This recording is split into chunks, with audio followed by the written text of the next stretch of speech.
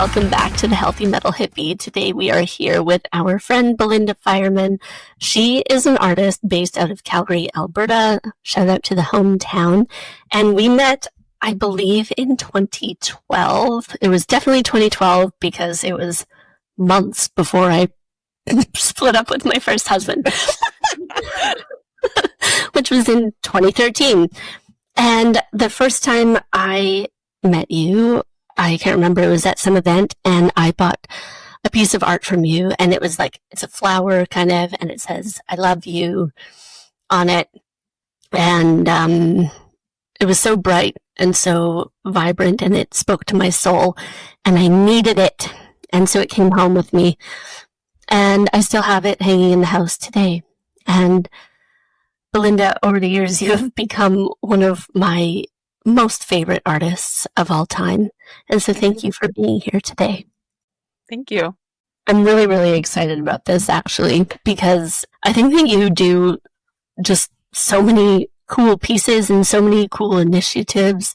And I always find that with you, all of your art comes from a very healing place. Do you want to tell us a little bit how you got started? I was actually just thinking about this the other day because I was trying to remember, as a kid, was that my pastime? Was art my pastime? And I honestly can't remember. I don't remember much about my childhood, so who knows about that part. But the part that I do remember is high school and art becoming a really big thing for me, especially around 88 to 90. And I was going to this highfalutin art camp. And I got a scholarship and everything. I had my own art show there. So it kind of hit like a peak right around 17 years old. And then that all just kind of collapsed. It's like I just tossed it out the window and went, nope, now I'm going into chemistry. And did a little bit here and there, especially like healing type art during those in-between years. So like between 1991 and, I don't know, 2010. There was not a lot of art was being done. And then around 2010, my back went out and I couldn't walk for a couple of days. And I was trying to figure out how to, just how to keep my brain off the pain that I was going through. And I started doing some art in my sketchbook again. Not that I'd done a whole bunch before, but I really started to do a lot at that point. And then I took it out of the sketchbook and started creating little pieces. And I kept it really small and really manageable. Not that I was thinking try to keep it manageable, but it was more, I just didn't know what I was doing. So I just like, I'm going to make little magnets for knitters, like very, very niche kind of stuff. And then take them to the yarn shops and like sell them there. And then I started making art on greeting cards and selling that to like the parents at school. And so just like these tiny, tiny little steps. And then that, each little step kind of grew and grew and grew until I'm looking back now and I'm like, okay, I've been in like 4 magazines, all of which, by the way, because of my initiative. Like, it's not like someone came to me and said, oh, hey, be in my magazine. I do my art in a book. That one was because someone sought me out. And, just a bunch of things like that. I got interviewed by Calgary Herald at some point because they wanted to talk about my fashion and my art. There's just been a whole bunch of things that have happened where I look back and I'm like, oh, that's pretty cool. But, but like, honestly, the overarching theme to all of this, the whole story of my life and my art in particular is like, it's never enough. It's never enough. It's never good enough. So that has driven my work in all the ways, but it's also inhibited my work in many ways. I love that honesty so much because I think there's a lot that in there that's totally relatable, right? I think a lot of people could apply it to many circumstances in their life, where we can be really self-sabotaging. And, I look at my life and I'm like, holy shit, I've actually done some pretty incredible things. And, there's been a lot of really amazing stuff around me, but I'm also like, but how many times have I shot myself in the foot? And like, What if I didn't shoot myself in the foot? Like, what would happen?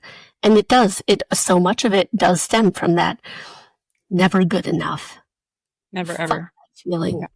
Fuck that feeling. Well, I say fuck it, but it's like, I honestly I think, I don't think it's going anywhere. Like, I think that part of me that is such a deep part of me. That is not going anywhere. I just got to figure out a way to deal with it. I'm going to cry. Okay. um, I know I might cry too today, so it's okay. yeah. Yeah.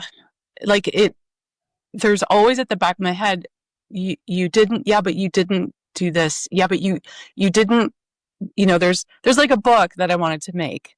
I started and I was doing, vulva portraits. Yeah. I probably got about 15 done. I wanted to do, I don't know how many. I think it was like 60 to 100 or something like that. Right. I haven't worked on that in probably a year and a half. And I don't know if I feel like doing it right now. But the thing is, like, there's always that thought there that you always take projects so far and then you never finish. Like you didn't do enough, right?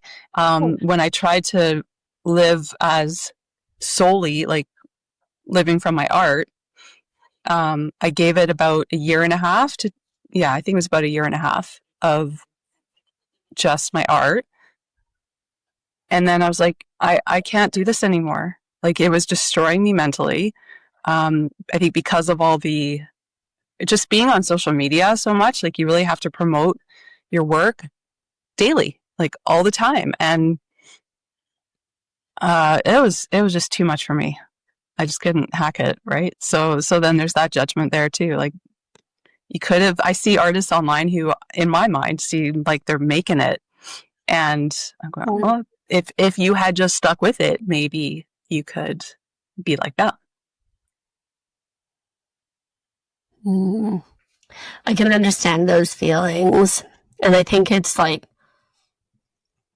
I mean, at the end of the day, it doesn't mean that you're not an artist, though, even if you're not like actively out promoting everything all the time and being 100% full on living off your art all the time, right? I think because I work with a lot of musicians and things like that too, right? Mm-hmm. I mean, most of them have a day job and then do their music as well. And I guess that's the thing is like, it doesn't, I mean, I have my own businesses, but I've also got a part-time job. It doesn't equal, I think it's like accepting that it doesn't equal failure, right? And even like, I don't know, and stepping away from things doesn't equal failure either. For me, it's like not so much about, I don't really think of it in terms of failure, but it's this standard of, well, I'll just say it. It's my dad who's not here anymore. So I realized like a year ago, maybe, that I've always been trying to prove internally, like trying to prove to him that I can live my life as an artist. That's the reason I went to chemistry, is because I got the message that art is not a real career. And even though he would praise his friend who was a very successful artist, and he'd always talk about her and how amazing her work was. And, it was those kind of messages that I really took in. Like, I'd never hear that about my work. I never hear that from him. And so always trying to like prove to him that I can do it and I'm successful at it. I'm, making a living from it, because that's the thing you said I couldn't do. And I realized about a year ago that no matter how hard I try, like, even if he was here, I can't prove anything to him, right? But now he's gone. So what am I doing? Why am I still trying to prove this to him? That's a good point. I know there's aspects for myself that I feel that I've had to prove certain people wrong. And I'm really happy because I've been really working on letting those things go over the past couple of years. Like, I've found peace with the fact that even if I was, say, making millions and millions of pounds a year doing the things that I wanted and that I'm passionate and believe in, they still wouldn't be good enough for some people, right? Yeah. And I've made peace with that. Some people will never be happy. And you fucking God, you want to prove it. Like, yes, I can. Yes, I am good enough, actually. But nothing will ever make them happy. So if you, I don't know, it's all about just finding what balance, what peace works for you, right? Mm-hmm. It's hard to accept that, and it's almost like, so you have to sever that connection in a lot of ways. And it feels almost like you're cutting off your arm. Sometimes I think it's worth it. Just don't cut the writing arm. Then you're fucked. But it's shocking, how these things can sit with you from such a young age and then follow you for like your whole life, and you're just like, damn it. And it does, I think you mourn it in a way as well, where you go like, damn, think about all the things I could have done or whatever without this kind of crippling shit. I think about that sometimes, at least. Like, well, you made me think of something else, which I don't know that I mourn the things that could have been, because they still can be. Yes. Right? Like that project's still sitting there. It's not going anywhere. I want to see it finished, by the way. Oh, okay. No pressure, though. I mean, I want to see it finished, too. I just don't feel like drawing vulvas right now. I have other things that, it's like these things that come up where I'm like, oh, this is so super important to me, like women's rights and all this kind of stuff. And now then it shifted to trans rights. Not that it shifted, it's just like in terms of, which is higher in my brain right now. And I had this idea for a portrait project and lots of ideas, it's a lot of drawing. So I know I have lots of unfinished projects too.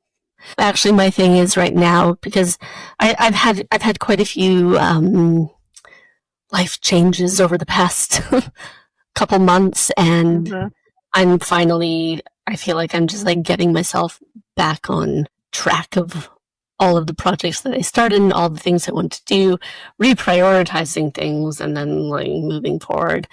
But I've got actually, won't show it well, but I've got a big list, and I'm slowly crossing things off, and it's making me really happy. But yeah, I mean, some of that stuff has been left undone for a really long time. And there's projects that I've been, that I probably thought of 5 years ago that I'm starting to circle back to now. Yeah. And I think if you're not feeling the vulva portraits right now, I think that's fine. You will again, I'm sure. Yeah, maybe. And if you don't, whatever. You've got 15 done, and they sound awesome anyway. I think when I look at your art, to me it feels like it envelopes you in like a big hug. And that's how it feels.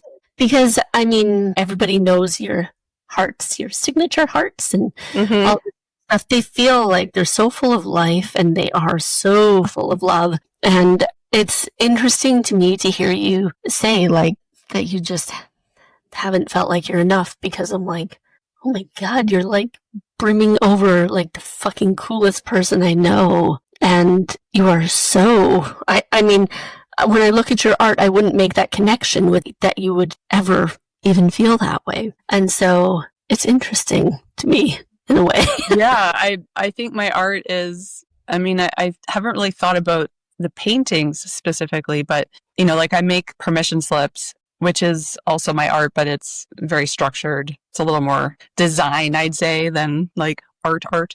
So yeah, just these cards that are the same size and shape as credit cards. And they say, I have permission to be too much, live a life worth living, be sexy, whatever. I think I have like 9 different ones. And all of those have been made for me, because I constantly just need that reassurance. Am I enough? Am I enough? Am I enough? And so I guess my art is like me parenting me. I think that can actually be very standard, right? I send out a weekly newsletter, and I'm like, yes, I type all these things, but I'm like, actually, these are little love notes to myself in many ways. Yeah. Yeah. And so, I mean, different because for me, I'm definitely writing whatever I do, writing mostly. And but that's the thing. It's my little reassurances and my little affirmations and my little look. You had a little moment that you understand yourself a little better now, and Right. yeah, so I can totally relate to that by putting those messages in your art in the cards and things like that. There's another one because I remember, yeah, when I made the split with the husband, we picked up a piece from you. You dropped it off at my office at the time. Mm-hmm. I remember. Yeah, was your sister there? I think. Yeah, she Or was probably something. there, Yeah. but Yeah. Yeah. it was one, and it was like a proper hug, and it said "I am safe" on it, and I put Yeah. it in Dimitri's room, and Cool. it was that reminder. It's like now we're safe. Everything is going to be safe, and it just starts everything fresh now. And so I think when your art gives you that kind of healing and reassurance for yourself, it gives that exact same feeling to them. There's so much safety in it. For me, there's so much wonder in it, and just like there's just so much life. And sometimes when you feel, not to be all depressing and shit, but like sometimes when you feel like you're dying inside, yeah, and look at Belinda's Yeah. art, feel better. Aw. And just with the world the way it is now, I'm like, maybe it is time to start making a little more art again. We haven't said this out loud on here yet, but I haven't really created anything for, I mean, at least a year, if not longer. Actually, I think it's been 2 years. Like I've done markets. I've been selling my stuff because I still have a lot of stuff. I've made 2 really fun birthday paintings. One of my brothers and also for my partner, Dan. Yeah, like I painted him in the style of GTA on a motorcycle holding a bubbly, and it looks amazing. Like it's so good. I'm really proud of that one. And then for my brother who just turned 50, I made him a painting of in Die Hard, the scene when Bruce Willis is climbing through the vents. Yes. So there's him, and he's got blood on his face, and he's got a lighter. So I put my brother's face on that body, and that's the painting. So that's like all I've done. I haven't really. But that's still pretty cool, though. Yeah, it's fun, but it's like completely different than my normal, my normal stuff. Yeah, I mean, it is. Maybe that's good too, though, right? I think it's always like the experience, try new things. Mm-hmm. You do have a very distinct style, though. And how did you develop it? Because I just think it's so cool. Oh, thanks. I mean, I guess you're talking about like the hearts and the very colorful, like the paintings you have. Yeah. Yeah, because I had sort of a different style before that. I talked about my teenage years, and that was more like hyper realism type stuff. Sorry, as a little aside, I gave Dan some VHS tapes to convert to digital files, and he was looking at one, and there's a news clip from A Channel, like Calgary A Channel. Yeah. And it was from the center gallery. So this was like one of the few times I actually made art, and I had my art in the center gallery, which is no more. And they were doing an interview with the lady from the gallery, and she had 2 of my pieces there. And they were both self-portraits, which I have on my wall now, done in like 1990. So I was, 18. And so when Dan saw that clip, like he didn't even recognize that it was me because the style is so different. He was just like, I didn't see your art. And I'm like, are you sure? Like, I know I was a lot younger and I look different, but like that's a pretty recognizable self-portrait. And he's like, oh, I was just looking for your style. I'm like, oh yeah, well, it's not abstract. And so anyway. And then, when I hurt my back and started doing art, that style was different. That was more like gradations of color and a lot of like line work and stuff. And then I went to a workshop by Flora Bowley in, I don't know what year that was, around 2014-ish, 2015 maybe, in Colorado. And that just completely changed my world. And it really was just a couple things. The fact that she used golden fluid acrylics, I didn't even know what that was, but it's just a change in the texture of the paint. So I was using heavy body acrylics before, and she uses the fluids. So it's a much lighter consistency. a lot more flow, a lot more transparency. You can drip it. And she also used sponges a lot of the time instead of brushes.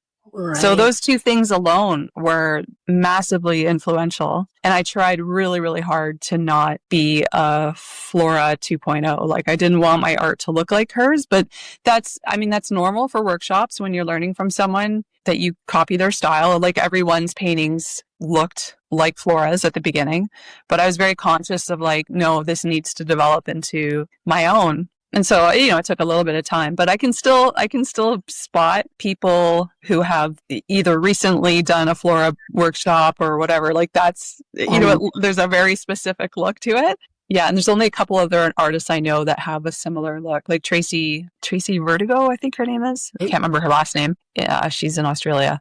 So yeah.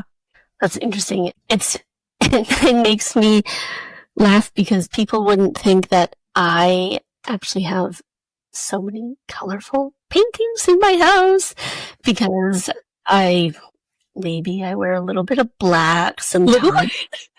Just a little bit, not often. But people are surprised because I surround myself with tons of color. Yeah, yeah. I just don't really want it on me. Right, yeah. I don't know, but it invokes happiness though. Have you always used a lot of color though? Yeah. Oh yeah. I mean, the whole rainbow thing like that's from my childhood. That's from my mother. I can still remember like objects that she had in the house that had some kind of rainbowish thing to them that I would just treasure and love to look at or touch or play with or whatever. And she's an artist as well. My grandma was also an artist, her mom. So she painted. Yeah. And she did sculpture as well, marble sculpture. But my mom is more like a textile artist. So she owned a knitting store in the 80s with her friend and then both of the mothers called Knit by Design. And I used to love walking around and petting all the yarns when I was little. Yeah. And then she got into weaving like, I don't know, 10, 15 years ago. I'm not sure how long it's been, but that just took off once she started someone asked her to make a baby wrap. And then it was like, she was making these amazing woven rainbow baby wraps, which is very unique, or it was very unique at that time because most baby wraps were just boring one color monochrome. So that business took off for her. And now she just weaves for fun and she does beading and all kinds of stuff. I really love that though. Yeah. But I've always loved lots of color and I've tried to tone it down. I've tried to why do I always end up having to add red and always having to end up adding yellow and then once I do that, then I need to add teal. And then, it's just like almost every painting comes out rainbow in some way. And at some point I realized, you know what, that's just my style. It's fine. I don't have to try to shift it one way or another. That just is what it is. Oh, yeah. And I think you don't even have to rationalize it either, right? Mm-hmm. That's you. Yeah, it took a while for me to get to that place of being okay with that. Do you find that you put a lot of restraints on yourself when creating, or are you easy? Is it easy for you to just flow? I mean, now we're talking about what happened over 2 years ago, right? When I was creating regularly. So I don't really know how to answer this now. Because it's different too for different projects. We were talking before about Self-Love 365. I don't know if you want to bring that up, but yeah, so something like that, I created the structure for it.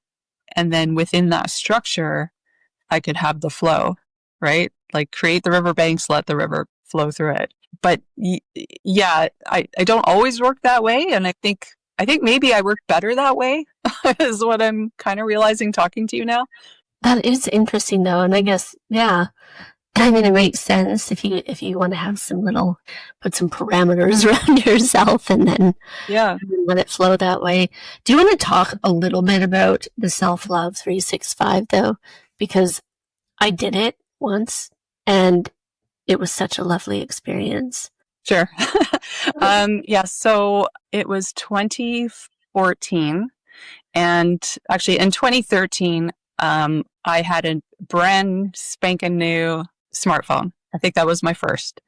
And I loved what my friend was doing. She was doing a self-portrait a day, just photos. And she was posting them on probably Flickr back then or something. And so I decided to do that. I just thought it was really cool. I liked her take on composition and lighting. And, there's something about having a repetition like that, that structure again, knowing you're doing something every day for a year is really cool in my mind and really feeds that sort of analytical, part of me. I can't remember if it's right or left brain. I always forget which is which. But anyway, yeah. So I did a self-portrait a day for a year. And then at the end of that, I was like, oh, okay, I've got some real momentum going on. And the intention for that was to have some appreciation for my own physical self because I didn't like how I looked. I was hoping by the end of it, I could find some beauty in myself. It didn't quite work that way, but at the end of the year, I was like, okay, I've got this momentum. I'm going to keep going. I'm going to start a new project. And let's see if can I like myself, love myself, maybe that might be pushing it, but love myself by the end of the year, 2014.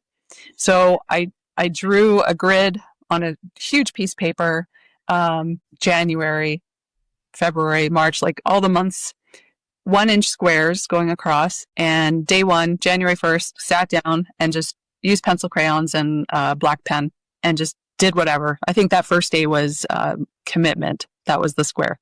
I wrote it. I drew a little bit. And, so 2014 ended up being such a dramatic year for me. I met the person that I was going to fall in love with, who was much younger than me. He was about half my age at the time. He was like 19. I was 40 something.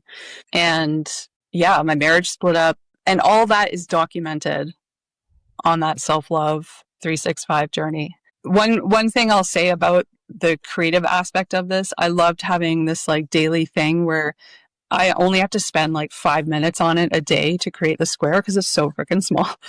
And I don't even have to like the square that I did on that day because it can look like shit. It's fine. Because once it was all done, it just created this quilt, this like tapestry of creativity. And it was just so cool to see what I created, look back on it and be like, wow, that's pretty cool. And I felt like I was creating every day. I was creating every day. So I felt like a creator. Yeah. And then that actually turned at the end of that year, I turned it into a writing project for the following year. Mm-hmm. So I would look at the square from 2014 and whatever, I had to write at least one sentence a day based on the square from the previous year, whatever it inspired in me. And so I did a whole year of that writing. And then 2016, I got bigger and I was like, hey, this year I'm going to do, I wasn't sure. I wanted to do a daily project, wasn't sure what it was going to be. I just started doing anatomical drawings because I was trying to create a skull tattoo for myself and my friend. We were going to get the skull tattooed together. So I was doing all these anatomical drawings. And then that just evolved into portraits. And I started putting it out on Facebook. Who wants me to draw them? And I had random people, like strangers, who would ask. And I'm like, the only thing is I get to pick a photo from whatever you have on Facebook is fair game. And I would always choose, the crazy photos, like whatever, funny faces. And then I do some journaling beside it and watercolor and everything. And anyway, long story shorter, that ended at around 6 months because I realized it was no longer a self-love project. It was taking up so much of my time by that point because I was doing portraits. So, a friend pointed it out to me. She's like, it seems like you're not self-loving anymore. And that's kind of stopped me in my tracks. I was like, oh, right. Okay. Can I give up a project halfway through? I guess I can. Okay. And I did. I think you can, right? Like, for sure. I did. Yeah. It's like, I don't know, if it's not giving you what you needed it to or what you intended it to. Ugh. And if it's... I mean, it ended up being like great because I printed all, like they were all on tiny paper, these little portraits, but I printed them to about this big, like, normal paper size. And I had my own little show in downtown Calgary with all the portraits, and I had the people who I drew come to the show, and it was so nice, like, to have them all there. Yeah. That's so cool, though. It was really cool. Yeah. So that was fun. Oh, I love all these. I do love that idea of that, like, that 1 year commitment. But it's even, I don't know, like, my mom does these, like, 5 year journals, and you go in I have and those. yeah, I'm on my third. okay, but it's so interesting because she's like, oh, I opened my journal today and I see that this year this happened, this year this happened, this year this happened, and I'm like, it's so cool because you get this like little snapshot of your life, everything that was going through, and even with the 365, you're sitting there like, oh my god, you get this whole like layout of this is my life, and you know what? And if it was a tough year, you go, damn, I made it through a tough year. And it's so, I don't know, I just think it's really cool. Did you come out of the first one liking yourself more, at least? I don't know how to answer that. I did allow at one point during the year, I changed in my mind. I was like, okay, it's called self-love 365, but I only have to draw something. The prompt for myself was something I like, love, or just tolerate about myself. Mm-hmm. So it doesn't even have to be a positive. Just notice what's there for me right now. Yeah. And I don't have to love it. I had someone say that to me once, like, why do you have to love yourself? Like, why can't you just be? Like, why do you have to love yourself? I'm like, yeah, that is a lot of pressure, isn't it? It is a lot of pressure. Yeah. I guess that's true. I mean, holy shit, yeah, why do we have to love ourselves? I guess we don't. I think like sorry, go ahead.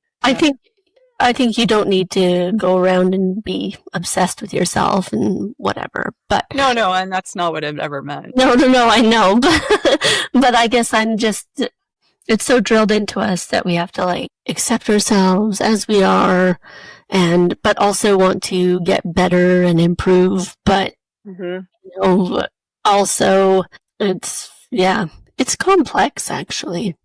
It is, and that constant desire to want to be better, that was another big realization I had at some point, where I was like, oh yeah, all this self-help and like always trying to do better, it's like this never-ending cycle, because as long as I think I could be better or look at ways to improve whatever it is in my life, like the flip side of that is it's just not enough, right? Like there's not an end point. There is no end.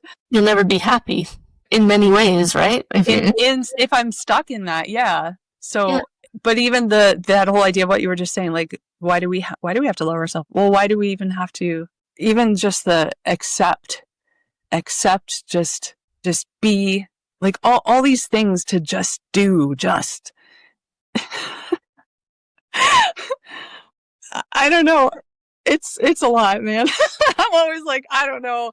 I think, you know what? I think sure, if you're constantly hurting yourself, and I mean, yeah, we've talked a little bit already about self-sabotage and that kind of stuff, but I mean, yeah, there's days, you know what, to be honest, I like myself a lot more than I used to, and I think a lot of it is I accept myself more than I used to, and I also realize that I am a lot more awesome than I was led to believe. And so in that part, I'm like, yes, okay, this is cool. And you know what? There are things that I want to improve, and there's things that I want to grow within, and there's things that, you know, whatever. But I think it is also okay to be totally satisfied or totally like driven to change everything. Just to speak on what you're just saying now, it reminded me of the thing I forgot earlier. Yes. As well. It ties it right in. So the other thing that it has occurred to me too is this whole like I'm not good enough story. The other just is like just let it go, right? And there's this fear and this like holding on to that part of me, that not enough story, because it's a really dear friend, right? Like it has kept me safe for 52 years. And so it's a dear friend, but also who the fuck would I be without that story? If I just let that go, that story has driven my entire life. So if I let that go now, where does that leave me? Who am I? And that's scary.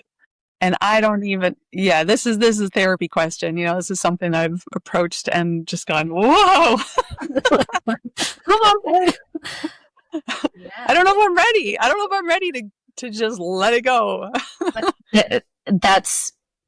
I think that's really powerful too, is being able to say, yeah, I don't know if I am actually ready to let that go yet. Right? Yeah. And I mean, yeah, we keep our stories and we have our stories for reasons, and we will keep them until we're ready to write new ones. And some of them will always have threads through our next stories too, right? Mm-hmm. That you never fully leave one behind. I mean, some of them you do, but there's a lot that I think that you just don't. And I think being aware of it, I think that's the key. But then you can almost use it, yeah, to keep driving your work or whatever the case may be. Yeah. And even like our shitty stories, because we all have shitty stories that we carry with us or whatever, they don't all have to have like shitty endings, right? Yep. I have some shitty stories in my life, but I'm like also such a stubborn bitch that I'm not gonna let them be shitty endings. I'm gonna be, oh no, we're not doing that. Yeah. Yeah. I wasn't expecting to have such a great therapy session today. Noah. No, but these, you know, yeah, I mean, I think this is part of why people love art so much too. Sometimes there is, there's pain behind it, and there's real human qualities that people relate to, and there's, you know, there's love, and there's hope, and there's healing, and there's vulnerability, and there's fucking everything in there, right? Yeah. That's why people love art, and that's why you should keep making art. Are you still doing that with all of your greeting cards, like putting your art on cards and things like that? Yeah. So I have my art on stickers, pins, magnets, greeting cards. Just got a whole new batch of greeting cards. I did have some tote bags, but I think I have one left. Prints. I need more greeting cards from you, to be honest, but I give them to people and they makes them happy. I don't have an active website anymore. I let that go. So now it's just Instagram, Facebook, which I don't use much, but TikTok. Yeah. I'm not actively like posting anything right now, but you can see all my stuff on those places. So right now you have been taking a little bit of a break from creating, and you'll get back to it at some point, I'm sure. And when the timing is right for you. I think there's a lot of strength in like recognizing when you need to take a break, and just letting yourself flow with that.